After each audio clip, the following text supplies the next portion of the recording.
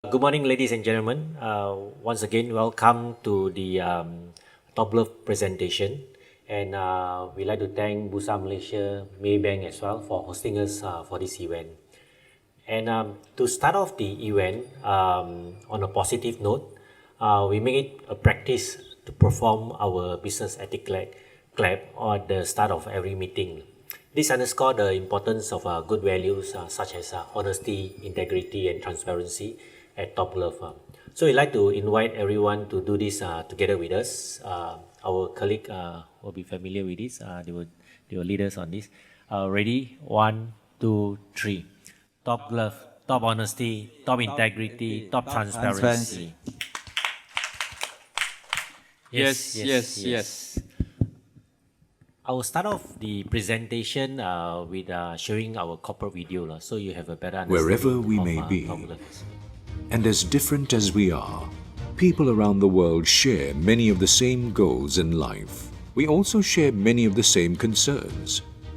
Concerns like the safety of our loved ones and how we can protect them and ourselves from multiple bacteria, from infectious diseases, and from avoidable injuries. Often the first line of prevention and protection is simply a pair of gloves. Even from the moment a baby is born, the first point of contact is a pair of gloves. Gloves can keep us out of harm's way, wherever we may be and whatever we may be doing. Top Glove. We have been saving and protecting lives all over the globe. Top Glove is the world's largest manufacturer of gloves. We can produce 61 billion pieces of gloves per year, or 115,000 gloves per minute, and almost 166 million per day. And we command more than 25% of the world market share for rubber gloves. Top Glove Corporation is a growing and dynamic company. Our next big goal is to become a Fortune Global 500 companies by 2040. To achieve this, we will keep focusing on talent development, the art technology, while we continue to improve our quality and cost efficiency. We need to be healthy and work with honesty, integrity, and transparency. Thank you for your continuous support. We manufacture a comprehensive range of gloves. Latex and nitrile medical examination gloves, clean room gloves, PVC gloves, CPE, TPE gloves, household and other industrial gloves, and a comprehensive range of surgical gloves used in various specialized surgical procedures. Top Glove is a truly global company with production bases in Malaysia, Thailand, China, and a presence in 7 countries worldwide. From a handful of people in the beginning, we are now a family of more than 17,000 employees and still growing. All of us share the same goal and mission to serve communities all over the world. Whatever role we play, we are united in the values we share. From ensuring product quality, focusing on R&D, innovation, and to conducting our business dealings with honesty, integrity, and transparency. Our customer satisfaction is very important to us. To be of better service to you, we will continue to expand our product range to include more innovative gloves and other healthcare products. In line with emerging technologies, we are now moving towards digitalization and Industry 4.0 on the road to greater product innovation and quality improvement.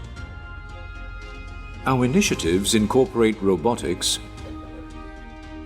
sensor technologies, and big data analytics to automate many of our processes.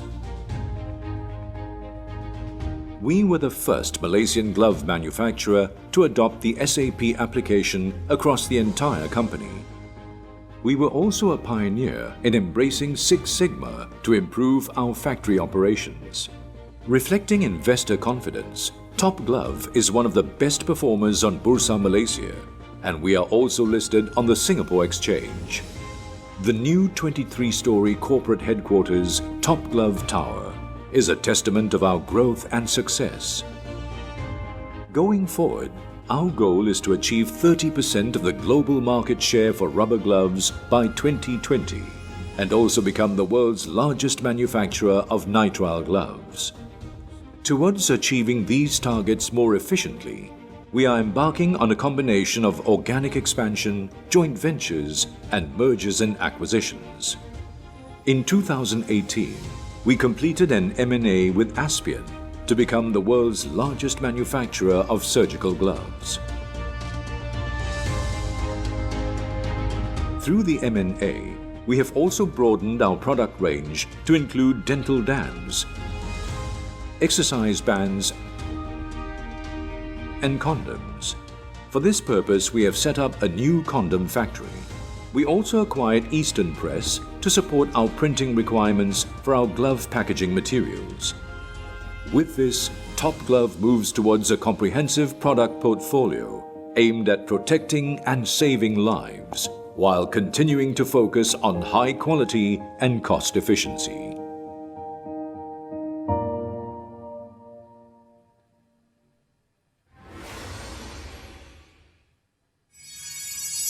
Top Glove, top quality, top efficiency, good health, safety first, and be honest.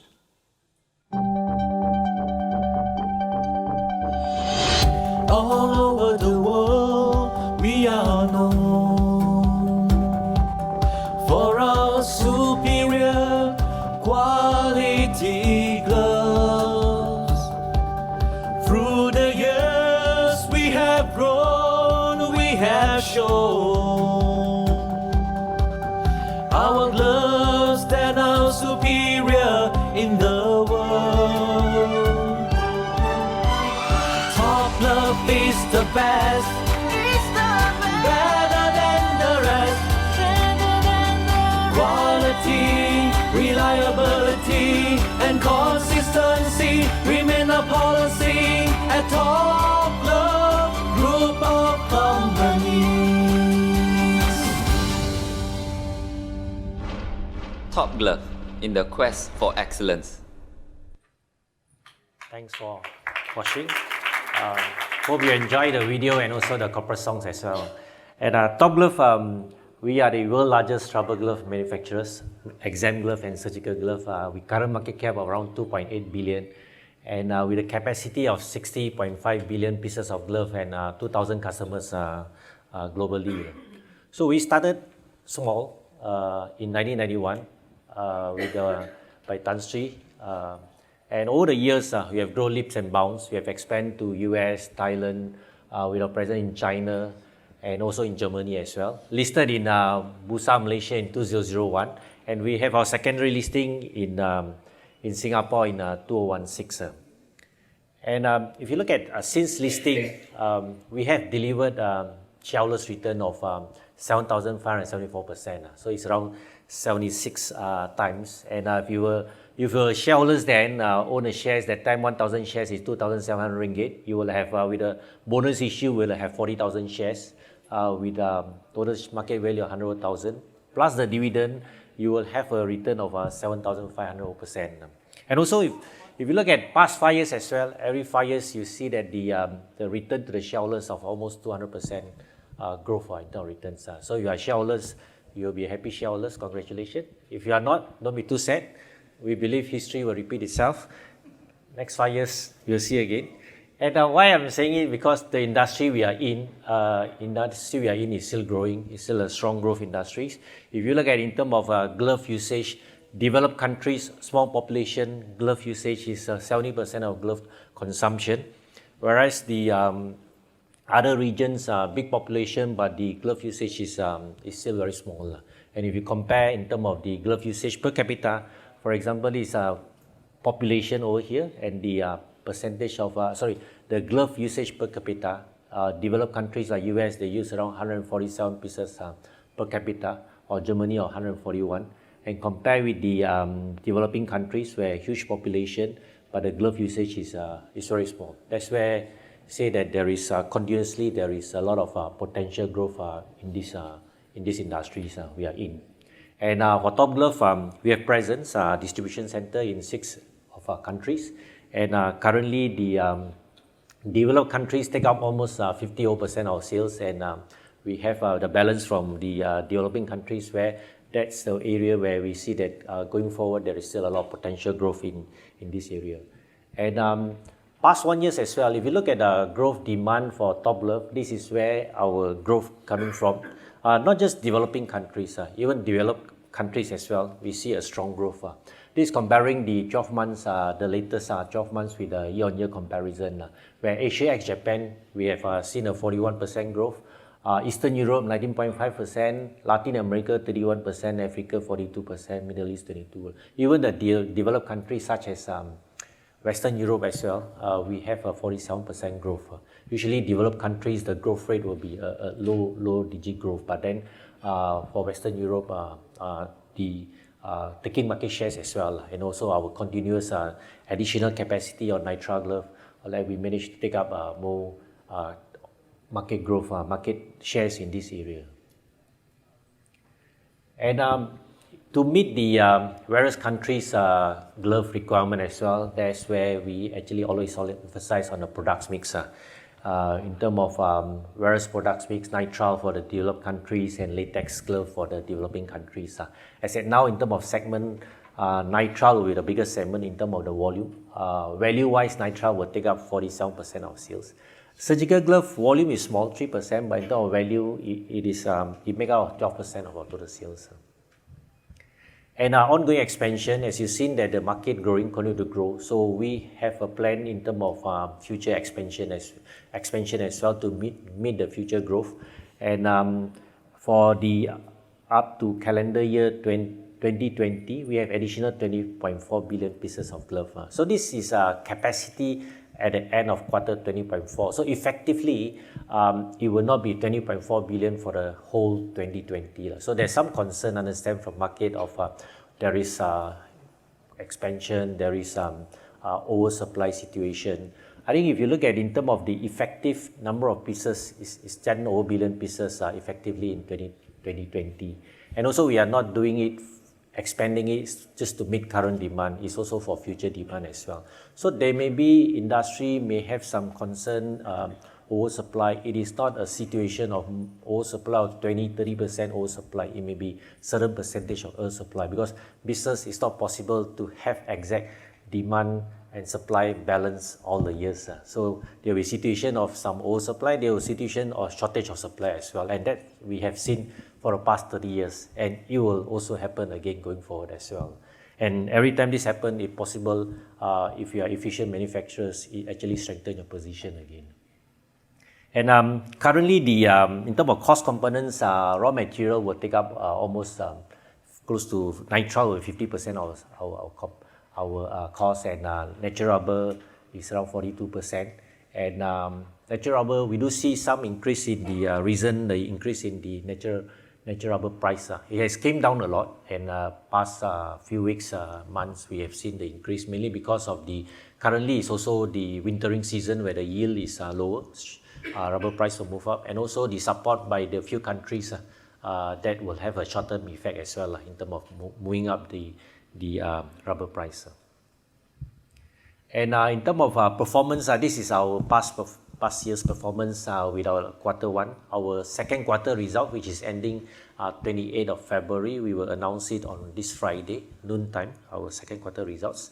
And if you look at in terms of the margin, I think the movement in terms of quarter, sometimes you may see some slight change in the margin because of some external effects, and also there is some time lag of the cost pass-through. So quarter to quarter comparison, you may see some up and down, but in terms of a full year, margin-wise, it should be more stabilized. Of course, we do also see some of the year where we have some of the more extreme margin because of some bigger impact from the external factors on our performance as well.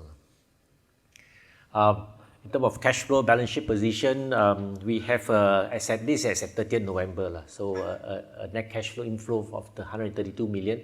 Capex, full year Capex will be around 400 million ringgit. That is for the new capacity for enhancement of our existing facilities as well, and also to acquire some land bank. So full year capex will be around 400 million ringgit, and currently net borrowings position around 1.8 billion, and with a net gearing of around 0.78 times net gearing of 0.78 times, and also 0.75 times as at 30th November, and net debt to EBITDA of 2.25%. So in terms of expansion, of course, the expansion and acquisition, to fund it through borrowings, the cost of borrowings will be much cheaper than the cost of equity.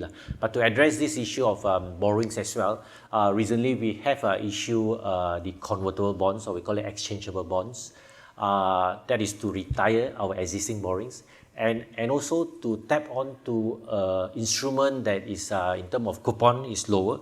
If you look at the coupon for the exchangeable bonds, which is only 2%, is for a tenure of 5 years with 2% coupon. The yield to maturity is 3.75%, and with a conversion price of 20% premium, meaning these convertible bonds will be converted to shares when can be converted to shares, it will be converted at 6 ringgit 20 cents. Bondholders, investors can convert it 41 days from the date of issuance, which is 1st of March. And redemption, if there is any, will be 2 times only in this 5 years period, either the end of the 3rd anniversary date or at the last day of a 5 years period. And we look at, let's say, comparing the bonds, what are the savings we have from this exchangeable bond. Firstly, if you look at in terms of cash flow saving, coupon is 2% compared with our existing loan, which is 4%. So in terms of cash flow, we save around 16 million ringgit per annum. In terms of P&L, because in accounting prudence, you have to take up the yield, which is 3.75% compared with 4%. But this yield will not happen if the bond is converted to shares. So there is no need of paying the yield if there's conversion.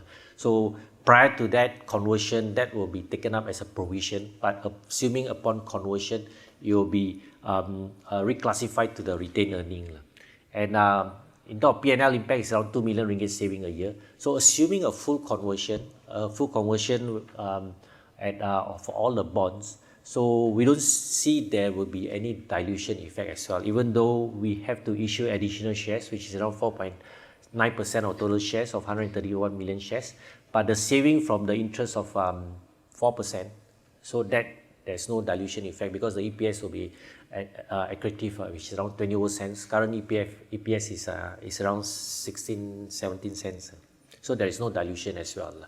So that's for us to look at in terms of using these convertible bonds to have cash flow saving, and also in terms of interest cost saving as well, and also to retire it going forward with the issuance of new shares. Instead of comparing, if you have to do it with a share placement, if a share placement immediate, we have to give a discount, and also immediate dilution as well. So convertible bonds will be a more better instrument for us. And dividend policy for 50%, which last year, financial year, we have paid 8.5 cents dividend per shares. And going forward, continue as what I've shown earlier, the market industry is growing, so we'll continue to expand with more automated production lines, incorporate Industry 4.0 as to reduce the manual workforce as well, and continue to work hard to capture more market shares to reach the target of our global market share of 30% by 2020. So with that, I open up for Q&A.